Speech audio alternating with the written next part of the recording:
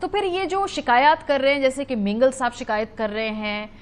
اس کے علاوہ مولانا پرسوں بڑے غصے میں تھے، ان کے سینیٹر سے ان کا رابطہ نہیں تھا، تو یہ پھر شکایات لوگ کیوں کر رہے ہیں کہ بھائی ہمارے لوگوں کو ادھر ادھر ہراساں کیا جا رہا ہے؟ اگر پلان اے پہ ہی آپ کا اکتفا ہے تو پلان بی والی وائبز کیوں اتنے 2-3 دنوں سے یہ بد اعتمادی کیوں پیدا ہو رہی ہے، جس میں مولانا صاحب کے سینیٹر بھی جو ان سے ان کو ایکسس نہیں مل رہا؟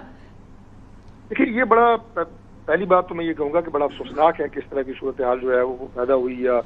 اس کا ذکر کیا گیا۔ دوسری بات میں یہ کہوں گا کہ کوئی بھی سیاسی دماغ یہ بات نہیں مانتا کہ ایک طرف تو مولانا صاحب سے ہم مذاکرات کر رہے ہیں اور انہیں قائل کر رہے ہیں اپنے ساتھ چلنے کے لیے، اور دوسری طرف کسی بھی طرح سے ان کی کسی ممبر پارلیمنٹ کو ہراساں کیا جائے۔ یہ بات جو ہے کوئی پولیٹیکل مائنڈ تسلیم نہیں کرتا۔ اس کی کیا وجوہات ہیں، کیوں یہ ہوا، میں اس کی تفصیلات سے واقف نہیں ہوں، لیکن ہمارے لیے ان کے ممبر، اپوزیشن کے ممبر سارے قابل احترام ہیں، ان کو ہراساں قطعی طور پہ ہم نہیں کر رہے۔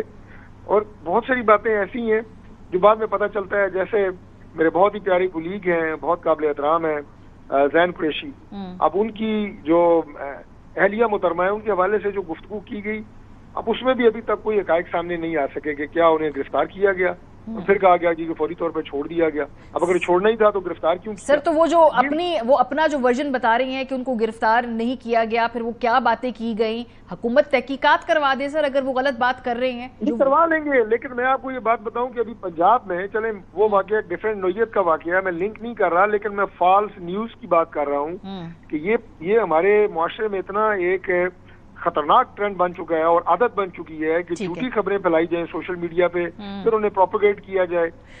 پنجاب میں واقعہ ہوا، پرابلم یہ ہے کہ چلے تحریک انصاف کو میں ایک سائڈ پہ کر دیتی ہوں، ان کے ساتھ چونکہ آپ کا سیاسی ایک بہت ہی بیڈ بلڈ ہے، آپ ٹرسٹ ڈیفیسٹ ہے۔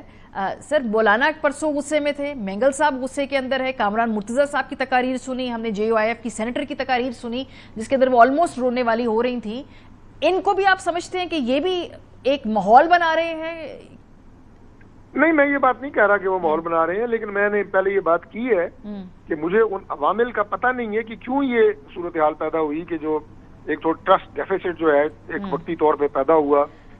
سر وہ تو آپ کی ترامیم کو کنٹروورشل بن رہا ہے نا، یہ تو پھر حکومت کی ذمہ داری ہے کہ کال کرے، فون کرے مینگل صاحب سے، مولانا صاحب سے، پوچھے بھائی یہ کیا وہ کر رہے ہیں۔ جی ابھی جب دوبارہ ملاقاتیں ہوئی ہیں مولانا صاحب سے بھی اور مینگل صاحب سے بھی، تو ان کے خدشات کو دور کیا گیا ہے، اور ہم بالکل اتنے